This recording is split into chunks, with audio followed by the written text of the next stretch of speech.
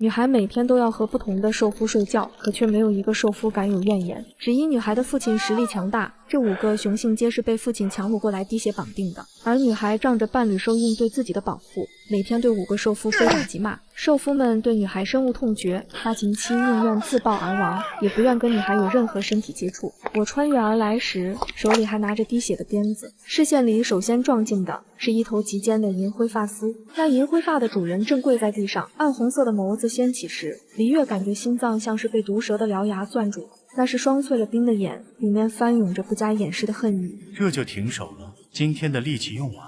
黎月的脑子嗡的一声炸响，剧痛从太阳穴炸开，属于原主的记忆碎片疯狂涌入。他是个初入职场的社畜，却意外加班加到猝死，穿进了刚看完的一本兽式小说，穿成书中同名同姓的恶毒炮灰。原主的阿父是流浪兽，很宠这个唯一的子仔，他刚成年就给他找了5个雄性回来，强行与他结了契。可他并不喜欢阿父抓来的兽夫，天天变着法子折磨他们。眼前帅哥的兽形是带有剧毒的白蛇，行事作风很辣，最后会把他的手指一根根掰断。黎月猛地松开手，皮鞭啪的掉在地上，鞭烧的血珠溅在他的脚踝上，冰凉的触感让他打了个寒战。优劣的眉峰机不可察地动了一下，以往这个时候，这个恶毒雌性只会更用力地扬起鞭子，或者用烧黑的木棍去烫他，可他现在却扔掉了鞭子。又想到什么新花样？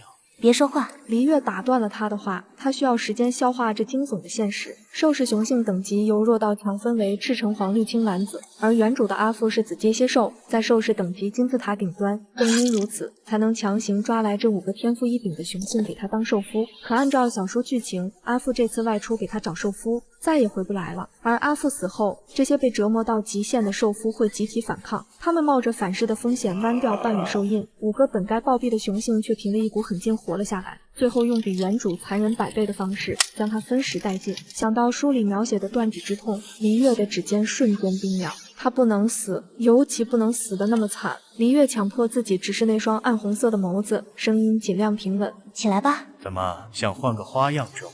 还是说想试试用盐水浇伤口？黎月的呼吸一滞，原主的确干过这种事。他深吸一口气，转身走向食物角落的竹筐，里面扔着些干枯的草药，是阿父在部落换来的。原主从来不会把草药用在他们身上，反而喜欢用有毒的藤蔓冒充草药，看他们疼得满地打滚。你的伤需要处理，我不会再……不必了，收起你那套把戏，是想等会儿用木棍烫我，还是想到了更恶毒的法子折我？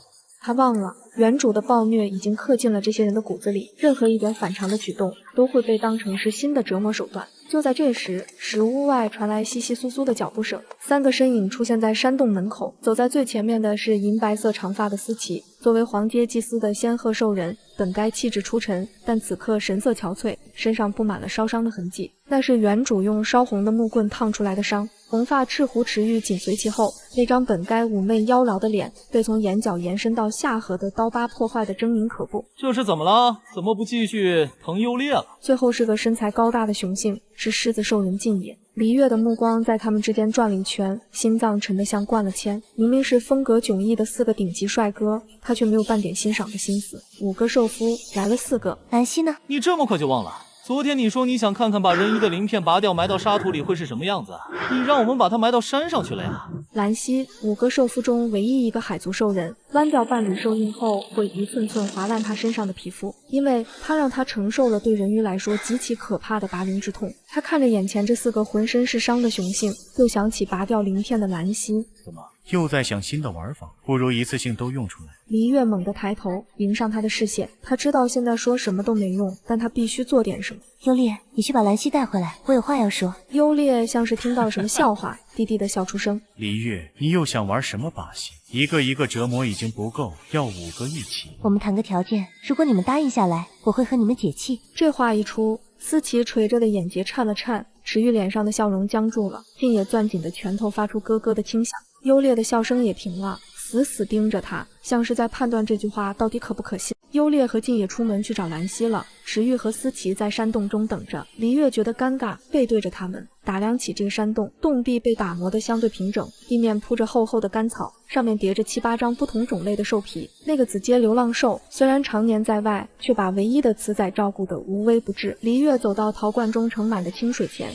看着水中的倒影，忍不住感叹，没想到这身体的外形会这么漂亮。和喜欢施虐的性格形成了鲜明的反差。他已经想好了，这几个受夫都是书中心狠手辣的反派，和他们在一起，他都不知道什么时候会被杀，所以他决定去找阿富。只有阿富是无条件对他好的，而且阿富的等级已经是子阶，只要他在阿富遇到危险前找到他，然后再和几个兽夫解除契约，就可以保住自己的小命。但这里是各种猛兽出没、环境恶劣的兽市，如果没有强大的雄性保护，没有战力和兽形的雌性，根本无法自己生存下去。只有几个强大的兽夫联手，才能保护好柔弱一嘎的雌性。是在琢磨什么新的玩法吗？黎月转过身，看到他正用手指抹撒脸上的刀疤，旁边的斯皮依旧垂着眼，只有攥得发白的指节暴露了他的情绪。显然，他们都以为他又在盘算如何折磨他们。一会儿你们就知道了。就在这时，洞口传来沉重的脚步声，优烈和静也回来了，两人一前一后抬着一个半人高的木桶。黎月的呼吸骤然停住，木桶里的人鱼兽人有着一头微卷的浅蓝色发丝，湿漉漉的贴在脸颊和颈侧，眼神却空洞的可怕。最触目惊心的是他的鱼尾，原本应该覆盖着细密鳞片的地方，此刻布满了血肉模糊的伤口。黎月的心脏像被钝器狠狠砸了一下，他终于明白，为什么这5个雄性宁愿冒着被反噬而死的风险，也要划掉伴侣兽印。原主日复一日的折磨，不仅摧毁了他们的身体，更碾碎了他们的骄傲。满意了，看到他这副样子，是不是觉得比昨天用木棍烫我更有趣？静野站在旁边，冰蓝色的眸子里翻涌着怒火，却因为契约的束缚而无法发作，手臂上的旧伤因为用力而裂开，渗出了新的血迹。思琪的睫毛颤了颤，他和兰溪关系最好，都是被原主重点关照的对象。看到兰溪，池玉脸上的嘲讽也僵住了，指尖无意识地划过自己脸上的刀疤。黎月深吸一口气，我知道你们恨我，和你们强行解气也不是我的意思，我会和你们解气。你以为我们还会信你？不过和你们解气，我有条件，我要在雨季之前去找我阿父，你们一路保护我，谁的表现好，我就会给你们滴血一次。你说滴血？他下意识地抬手按住自己胸口处的蝎子兽印。兽氏异常的雌雄比例导致了雌性绝对的尊贵地位，要和雌性结为伴侣需要2步。第一步是血的契约，雌性会把自己的鲜血滴在雄性的眉心处，雄性的身上会出现雌性的兽印。虽然雌性没有兽形，但显示的兽印是雌性基因携带的兽形。黎月的阿父是些兽人，黎月的兽印也是蝎子。节气第2步就是真正身体上的结合，这时候雌性身上才会出现雄性的伴侣兽印，算是真正的节气。原主不喜欢阿父带来的这几个兽夫，因此只进行了第1步节气。这时候如果想解气，雌性再次把自己的鲜血滴在雄性的伴侣兽印上，滴上10次，伴侣兽印就会消失。但因为雌性需要划开手指滴鲜血会怕疼，加上雌性需要完全自愿才能实现，一旦节气，一般不会有雌性划破自己的皮肤10次滴上鲜血来解气。而且只要节气，不管是哪一步，一旦有雌性的伴侣兽印在雄性身上出现，雄性就无法对雌性不利，不然兽印会让雄性生不如死。也有雄性受不了雌性的折磨弯掉兽印，但能存活的概率极低。但就算这样，雄性也不得不找雌性，因为雄性一旦成年，每年都会经历几次发情期。如果这段时间没有雌性安抚，雄性体内的狂暴因子会让雄性发狂，一直得不到安抚，就会爆体而亡。思琪垂着的眼睫剧烈地颤动一下，银白色长发下，琥珀色的眸子里第一次出现了波动。如果你真有这个心思，早都解气了，何必等到现在？又是什么新想出来的花招吧？思琪和其他几个兽夫不太一样，他不是被阿父抓来的，而是自己过来的，好像和原主从小就认识。至于节气是否是他自愿的，黎月从原主的记忆中没有看出来，但现在听他说话的意思，他应该也是想解气的吧。黎月看了眼这个日后会变成可以呼风唤雨的大反派，说道：我说了，我的目的是要你们陪我去找阿父。他顿了顿，瞥了一眼奄奄一息的兰溪，说道：思琪，你用你的精神力治愈兰溪的伤口，我现在就给你滴血。思琪是祭司，他拥有精神力，可以给人治疗，但黎月阻止他做治疗，包括他自己的伤口。他现在主动提出来让他治疗兰溪的伤，还要给他滴血解气。他虽然完全不相信黎月所说的话，但兰溪的伤势的确严重，正好也看看他到底想干什么，就点点头，上前给兰溪治疗伤口。思琪的指尖泛起淡淡的白光，那是属于黄阶祭司的精神力。他将手轻轻附在兰溪的鱼尾上，柔和的光晕顺着伤口渗入，原本血肉模糊的地方以肉眼可见的速度止血结痂。兰溪紫水晶般的眸子里闪过一丝舒适的窥探，紧绷的身体渐渐放松，苍白的脸上终于有了一丝血色。思琪收回手，银白色长发下的额角渗出薄汗，精神力透支让她气息微喘。她抬眼看向黎月，眼神带着审视，显然没指望她真能履行承诺。黎月摘下脖子上的项链，那是一枚成年人指节长度的尖利饰品，不清楚材质，是阿父早年偶然发现，特意为她打磨做成了护身饰品。她攥紧项链，深吸一口气，猛地划过指尖，刺痛感传来，鲜红的血珠瞬间冒了出来。她走到思琪面前，抬手将指尖的血滴在他胸口的蝎子兽印上，原本深紫色的蝎子兽印在接触到鲜血的瞬间，竟像被稀释般褪去了几分色泽，边缘变得模糊起来，虽然依旧清晰，却肉眼可见的浅了一层。山洞里彻底安静了，思琪猛地睁大眼，下意识地抬手摸向兽印，指尖触到那片微烫的皮肤，兽印残留的温度和明显变浅的色泽都在告诉他，这不是幻觉。优烈死死盯着思琪锁骨的兽印，瞳孔骤缩，喉结不受控制地滚动了一下。他从未听说过有雌性主动滴血解气，更没见过兽印变浅。石玉脸上的嘲讽彻底消失，表情写满了震惊。他下意识地摸了摸自己的兽印，晋野的呼吸声陡然变重，眼神里翻涌着难以置信。他看看思琪，又看看黎月指尖的血珠，一时间竟说不出话。木桶里的兰溪挣扎着坐直身体，紫水晶般的眸子里映着思琪锁骨上变浅的兽印，眼里第一次有了除了恨之外的情绪，那是希望的微光。现在你们信了吗？黎月捏着流血的指尖，用按压的方式止血。五个雄性沉默着，眼神复杂地看着他，怀疑仍在，却已不像刚才那般坚定。兽印的变化是铁一般的证据，由不得他们不信。思琪最先回过神，他看着黎月指尖不断渗出的血珠，喉结动了动，想说什么，最终却只是抿紧了唇。优烈深吸一口气，压下心头的震荡，暗红色的眸子里多了几分凝重。你刚才说要我们带你去找阿父？他顿了顿，抛出关键问题，可我们不知道他去了哪里。他的阿父是流浪兽，行踪本就不定，这次外出更是没说具体去向，他们更是无从得知。黎月回顾了一下小说剧情，说道：阿父应该是去了鹰族部落，他出门前说要给我绑来一个鹰族兽夫。思琪一怔，微微蹙起眉头。鹰族部落在黑森林边缘，距这里至少需要7日路程，那就去鹰族部落。黎月斩钉截铁，事情就这么定了下来。黎月看着他们几个依旧带着几分警惕的眼神，说道：我累了，想休息会儿，你们也各自准备一下吧，明天一早出发。优烈深深看了他一眼，情绪难辨，最终转身往外走。思琪紧随其后，经过黎月身边时，脚步微顿，却没回头。石玉则是意味深长地瞥了他指尖的血迹，扯了扯嘴角，不知道是嘲讽还是别的什么，也跟着离开了。晋野最后看了一眼木桶里的兰溪，才大步流星地出去。山洞里终于只剩下黎月和兰溪，兰溪眼中带着探究，却没说话，只是安静地浸在水里。黎月转身走到铺着厚厚干草的床边，一屁股瘫坐下去，长长地舒了口气，后背抵着微凉的岩壁，他才感觉自己紧绷的神经稍微放松了些，至少让那些兽夫看到了一丝希望，也暂时稳住了他。可仅仅这样还不够，他很清楚，原主留下的那些深仇大恨，不是他主动提出解气就能抹平的。他们现在愿意保护他，更多的是冲着解气。可一旦真的解气成功，没了兽印的制约，以这些兽夫被折磨到骨子里的恨意，他的下场恐怕还是难逃一死。所以找到阿父只是第一步，在这之前，他必须想办法扭转自己在他们心中的形象，至少不能再让他们恨之入骨。关系缓和一点之后，就可以和他们和平解除契约。他再找几个心仪的雄性节气，兽氏的雄性都这么好看，穿都穿来了，肯定是要多找几个的。就在他胡思乱想的时候，洞口传来了轻微的脚步声。石玉手里拿着一片宽大的绿叶，叶子上放着几块烤得油亮的肉，肉的边缘微微焦黑，散发着诱人的香气，显然是精心烤制过的，外酥里嫩。石玉走到离黎月几步远的地方停下，高大的身影在投下浓重的阴影。他唇角挂起勾人的笑意，把手里的绿叶往前递了递，声音低沉磁性：饿不饿？要不要吃？无事献殷勤，非奸即盗。他不会想毒死他吧？黎月警惕地看向眼前这个笑得勾人的狐狸兽人，就听他说：你吃了烤肉，能不能也给我滴血？原来是想要哄他滴血，好快点解气啊！黎月心里瞬间明亮，这些兽夫一个个都急着摆脱原主留下的束缚，倒也直白。不过这样也好，至少说明他们暂时没别的心思，有节气兽印的制约，他们也不敢对他不利。刚才那点被下毒的担忧，看来是多余了。想通这一层，他紧绷的肩膀彻底放松下来。但解气的事可不能那么快，真要是现在就把血给了池玉，10次滴完，兽印一消，以这狐狸兽人记仇的性子，他不是转头就会扑上来咬断他的脖子。黎月抬眼对上池玉那双闪着狡黠的眸子，忽然弯起唇角，露出一抹意味深长的笑。一顿烤肉就想换滴血？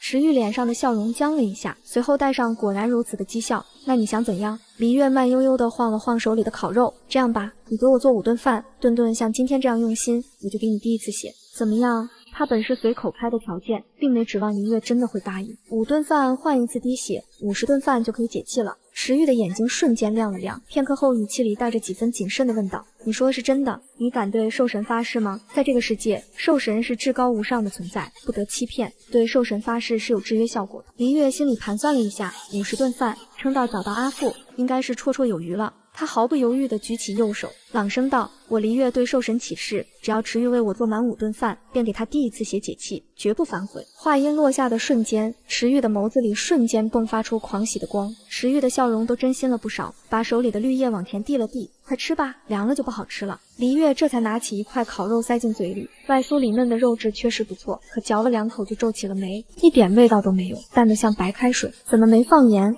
他忍不住问道。池玉脸上的笑容淡了些，语气里带着几分嘲讽：“你忘了，所有的盐都被你融成盐水浸泡鞭子，说是抽打我们的时候能更疼，现在哪里还有盐？”黎月猛地一怔，原主的记忆瞬间涌了上来，确实有这么回事。他忍不住蹙眉，吃的盐都不够，竟然用来泡鞭子。他皱着眉，那怎么办？赶路需要体力，总不能一直吃没盐的东西。池玉忽然抬了抬下巴，目光落在木桶里的兰溪身上，语气带着几分玩味：“兰溪可是海族中唯一会制盐的人鱼族，没盐它可以治啊。”黎月顺着池玉的目光看向木桶，兰溪正静静浸在水里，漂亮的眸子像淬了冰，冷冷地锁着他。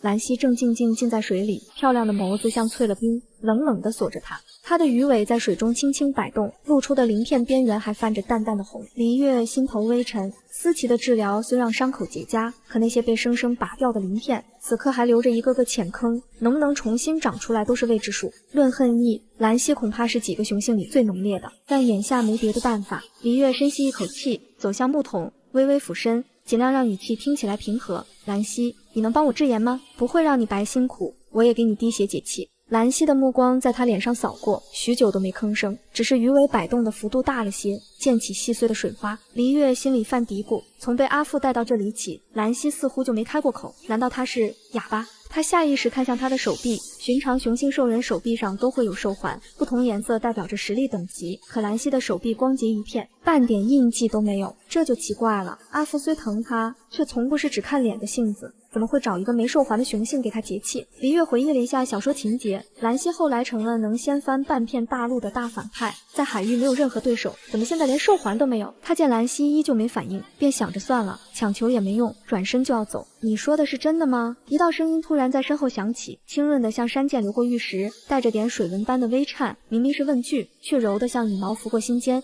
都说人鱼族的歌声能蛊惑人心，原来连寻常说话都这么好听。尾音里那点若有似无的气音，比最清冽的泉水还要沁人。当然是真的。他转身用力点头，生怕对方不信。只要你制出盐，我立刻给你滴血，绝不骗人。兰溪的睫毛颤了颤，紫眸里的冰似乎融化了一丝。他定定地看了黎月片刻，抬起手指向洞角一个落满灰尘的大陶罐，那里有海水，制盐需要用到海水。黎月顺着兰溪指的方向看过去，洞角果然立着个半人高的陶罐，罐口蒙着块破兽皮，落了层薄灰，一看就是放了很久没动过。他转头冲池玉道：“你把那个陶罐搬过来，给兰溪用。”池玉立刻挂上那副勾人的笑，问道：“我帮你搬了，有奖励吗？比如提前给我滴一滴血？”黎月无语，没好气道：“搬个罐子也要讨好处。”他晃了晃刚止血的指尖，语气明显不太高兴：“取血我不疼吗？”见他是真有点生气，池玉识趣的收了笑。他本来也没指望这点事能换滴血，就是想趁黎月今天明显不太正常，多试探试探，看看能不能钻点空子。池玉没再多说，转身走向洞角，抱起沉甸甸的陶罐，罐里的海水晃出轻响，他几步就把罐子放到木桶边。兰溪盯着近在眼前的陶罐，眸中闪过丝微光，他的尾巴在水里轻轻一摆，整个人便从木桶滑进了旁边的陶罐里，海水刚好没过他的腰腹，泛着细碎的波光。黎月站得近，被他甩尾时溅起的水花泼了满脸，他下意识抹了把脸，往前凑了凑，眼睛亮晶晶地盯着陶罐里的动静。他是真好奇人鱼族到底是怎么制盐的。旁边的池玉却微微眯起了眼，不对劲，太不对劲了。换做以前，黎月被泼这么一身水，早就炸毛了。轻则指着他们的鼻子骂半天，重则拿起鞭子就抽，哪会像现在这样擦把脸就跟没事人一样。今天的他简直像换了个人。兰溪在罐子里缓缓游了2圈，鱼尾摆动时带起柔和的水波，原本半满的海水竟以肉眼可见的速度减少，水面一点点往下落。不过片刻功夫，罐子里的海水几乎见了底。兰溪停下动作，微微仰头，喉结动了动，随后张开嘴，从里面吐出一块拳头大的东西。那东西通体雪白，带着晶莹的光泽，赫然是一块岩球。黎月看得眼睛都直了，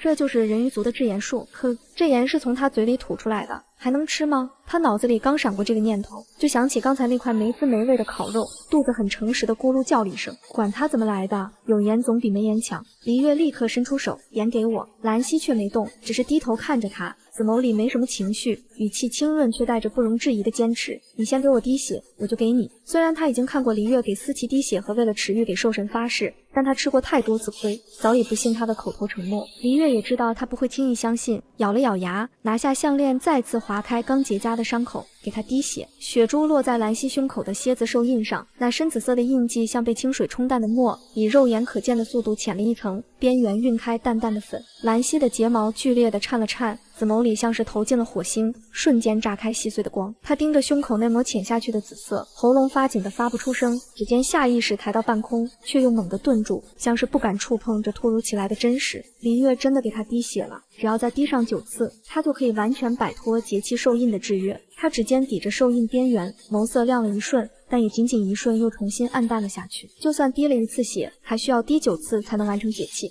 好半晌，他才回过神来，将手里的盐球递了过去。黎月刚伸出手，指尖的伤口就不小心蹭到了盐球，尖锐的刺痛猛地窜上来，他疼得倒抽一口冷气，手一抖，盐球掉了下去。眼看盐球要砸在地上，兰溪眼疾手快接住了掉落的盐球。黎月疼的眼眶都红了，下意识把受伤的指尖凑到嘴边，伸出舌头轻轻舔了舔。刚才划开伤口时，他用了点力，口子划得比之前深，此刻被盐一刺激，疼的指尖都在发颤。他转头想找东西包扎一下，可目光扫过山洞，除了干草和兽皮，连块像样的布料都没有。兽氏还停留在围着兽皮的阶段，又怎么可能会有布料？一股委屈突然涌上来，鼻尖有点发酸。明明是原主惹的祸，他不仅要背锅，还要划手指滴血，现在连个包扎的布条都没有。可他不想在反叛们面前哭鼻子，他深吸一口气，把眼泪憋了回去，用力挥了挥手，你们都出去吧，我累了，要睡觉。池玉看着他泛红的眼尾和紧抿的嘴唇，眸子闪了闪，最终却只是扯了扯嘴角，转身往外走。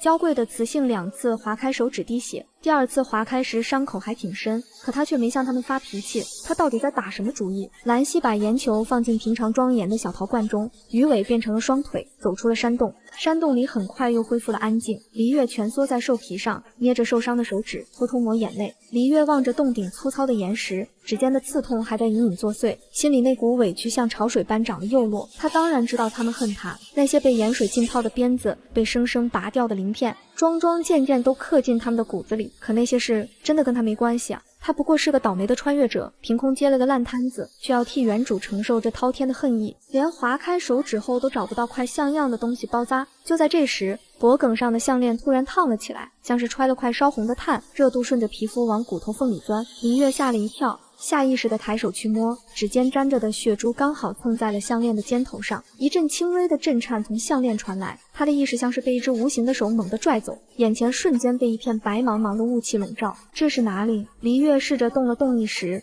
发现自己身处一个朦胧的空间里，四周都是流动的白雾，看不清边界。他试探着用意识丈量了一下，大概也就5个平方左右，不大，却异常安静。黎月的意识猛地清醒过来，心头涌上一阵狂喜。阿父给的项链竟然藏着个储物空间，难道是刚才他的血滴上去，才把这空间激活了？有了这个空间，以后就方便多了。他越想越兴奋，连指尖的疼都忘了。意识在空间里转了一圈，确定没什么危险后，才试着退出。等他回过神来，发现自己还躺在干草堆上，项链的温度也恢复了正常，仿佛刚才的一切只是幻觉。黎月赶紧抓起项链仔细看，尖头上的血迹已经干了，看不出任何异常。他深吸一口气，集中意念，试着将旁边叠好的一张兽皮放进空间，心念刚动，那张兽皮就消失不见了。他又用意念一想，兽皮又稳稳地落在了干草上。真的可以！黎月激动得差点笑出声，赶赶紧捂住嘴。这空间的事可不能让那几个反派知道，万一他还没找到阿富，就已经和几个反派解气，有了空间，也许还有一线生机。李月立刻行动起来，飞快地把山洞角落的几块兽皮、一堆野果，还有刚才兰溪掷出来的岩球，都挑了一部分收进空间。他没敢全部放入空间，只拿了一些质量好的，这样就算他们发现东西少了点，也只会以为是记错了数量，不会起太大的疑心。做完这一切，他拍了拍手，心里踏实了不少。折腾了大半天，又是滴血又是受惊的，李月早就累得眼皮打架。他把剩下的兽皮铺在干草上，蜷缩成一团，很快就沉沉睡了过去。梦里，他好像找到了阿富，顺利解除了所有契约，还在兽市捡到了好几个长得又帅又听话的雄性。就在这时，一个高大的身影悄然进了山洞，居高临下的看着熟睡的黎月。他缓缓俯身，伸出手猛地掐住了黎月纤弱白皙的脖颈。黎月正梦着阿富递来一串烤得流油的瘦肉，忽然觉得脖子被什么东西缠得死紧，窒息感像潮水般涌来。他拼命挣扎，想喊却发不出声，眼前的烤肉变成模糊的黑影，浑身的力气都像被抽走了似的，眼皮重得像沾了胶，怎么也睁不开。他喉咙里挤出细碎的呜咽，意识在清醒边缘反复拉扯。洞火把兰溪的影子投在岩壁上，显得格外高大。他垂着眼，长睫在眼下投出一片阴影，可那双紫水晶般的眸子里却翻涌着浓得化不开的阴鸷。指尖掐着黎月脖颈的力道越来越重，黎月的脸从涨红渐渐变成青紫，嘴唇哆嗦着，眼角沁出生理性的泪珠，顺着脸颊滑进鬓角。就在他意识快要涣散时，兰溪的手腕突然被一股蛮力攥住，力道大的几乎要捏碎他的骨头。他被迫松开手，黎月像断线的木偶般瘫软下去，他在干草上剧烈的咳嗽，大口大口的喘着气，胸口起伏的厉害。兰溪，你疯了！优劣的声音像淬了冰。他死死盯着兰溪，暗红色的眸子里满是怒意。你想让我们所有人给你陪葬？兽氏法则铁律，节气的雌性若被自己的伴侣所杀，所有缔结契约的雄性都会遭受兽印反噬，当场爆体而亡。兰溪没回头看优劣，目光依旧死死锁在黎月颤抖的背影上，眸子里的寒意能冻裂岩石。过了几秒，他猛地抽回手，什么也没说，转身大步走出山洞，脚踝上绿色的兽环若隐若现。优劣看着他消失的方向，眉头拧成了疙瘩。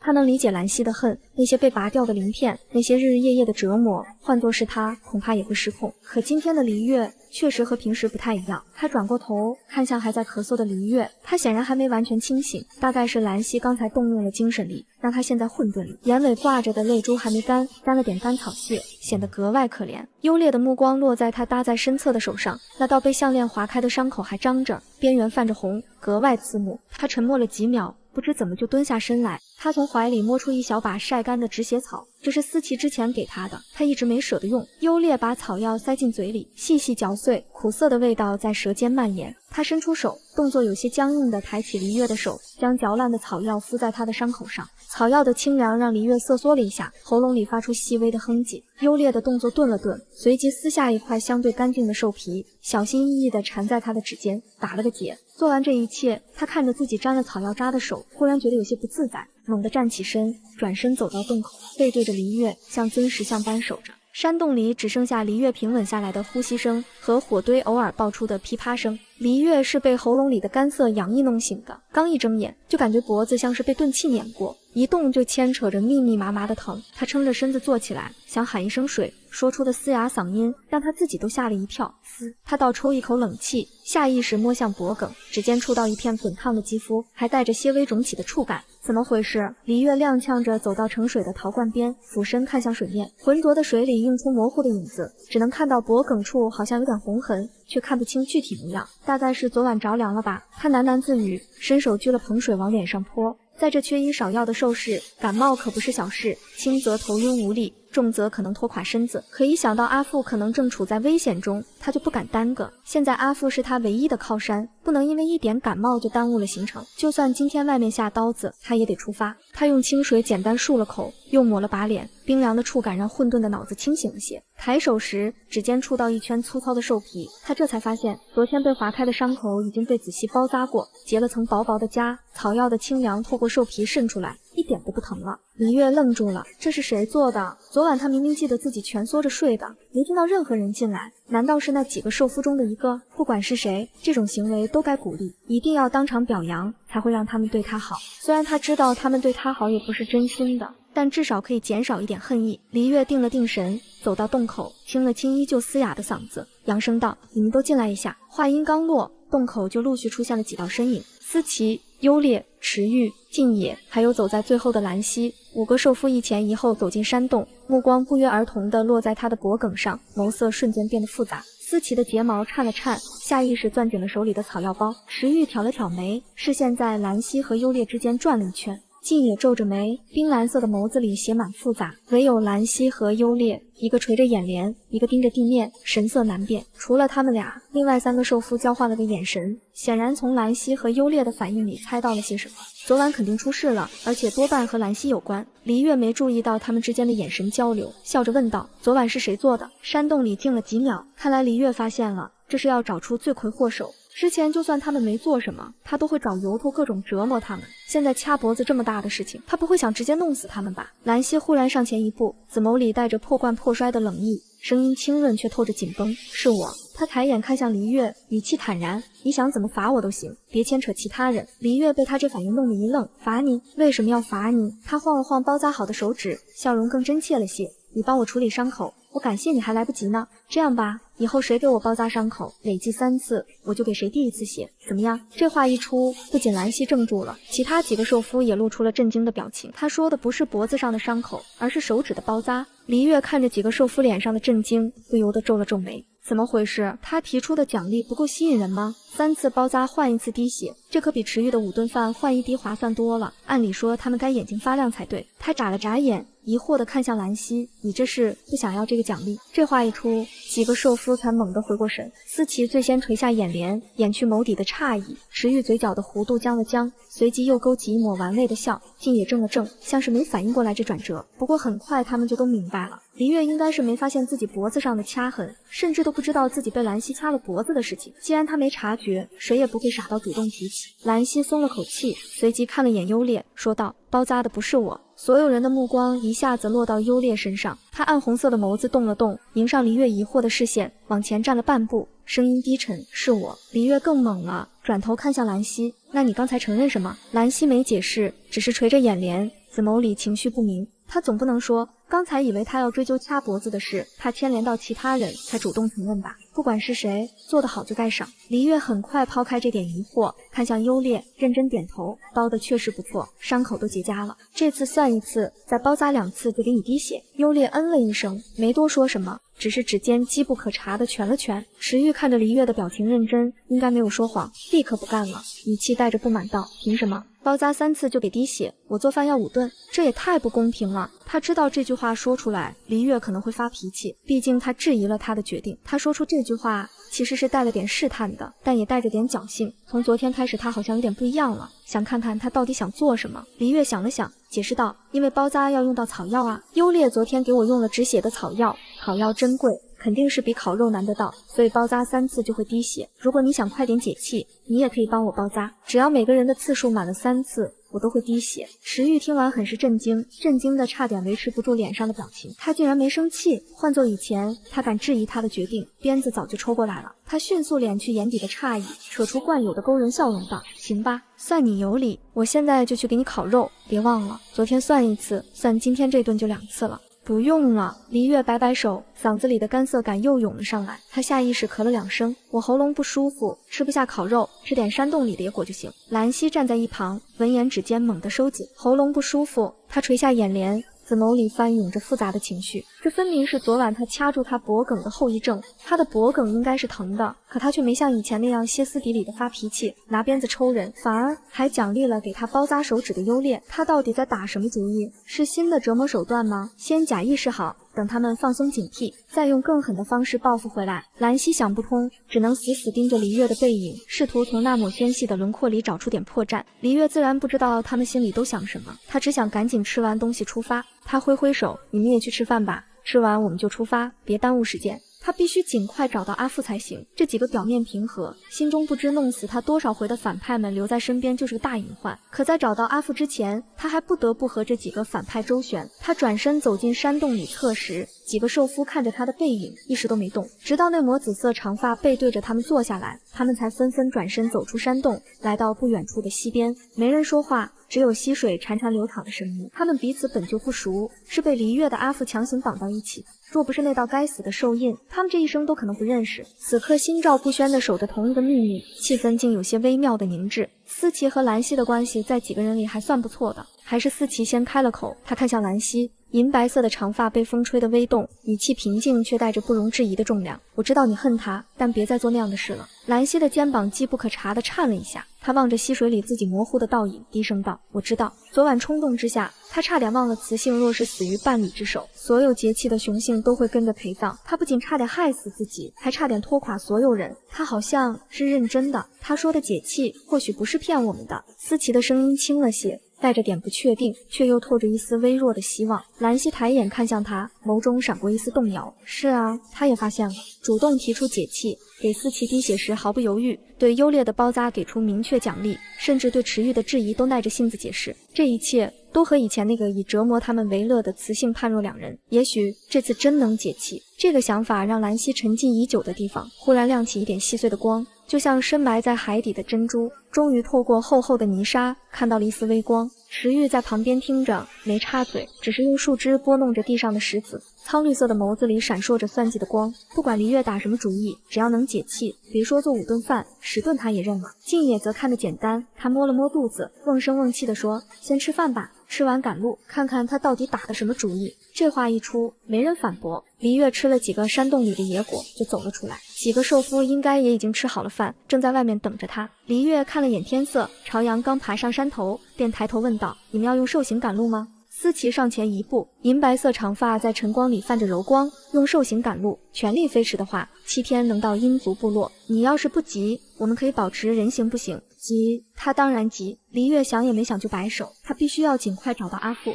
要不然阿父会有危险。现在阿父是他唯一的依靠，他都不敢想象阿父按照书中剧情遇到不测后的后果。那就用兽形吧，能快一点是一点。话刚说完，几个兽夫却突然沉默了。黎月眨了眨眼，一脸茫然。怎么了？有什么问题吗？优烈往前站了半步，暗红色的眸子斜睨着他，语气里的嘲讽几乎要溢出来。用兽形赶路可以，那你打算坐谁的背上？这话像块石头砸进黎月脑子里，他猛地想起原主曾经嘲讽过他们的兽形。原主说优烈的蛇形滑腻腻的，看着就恶心，碰一下都觉得脏。说思琪的仙鹤兽形看着清高，其实呆板的像块木头，飞起来翅膀扇的人眼晕，白长了那么大的翅膀。说池玉的赤狐兽形看着就阴险狡诈，那身红毛像染了血，看着就会气。静野的狮子兽形看着威猛，其实蠢笨如猪，一身鬃毛乱糟糟的像堆枯草，跑起来震得地皮都动，吵得他头疼。说兰溪离了水就笨拙的可笑，还说那些鳞片掉了就像剥了皮的鱼，丑得没法看，连溪里的杂鱼都比他好看。黎月站在原地，只觉得喉咙发紧，他不觉得他们受了这些羞辱后还心甘情愿载他赶路。眼下唯一的办法只能再用滴血当诱饵。他刚要开口，就见静野突然往前迈了一步，高大的身影挡在他面前。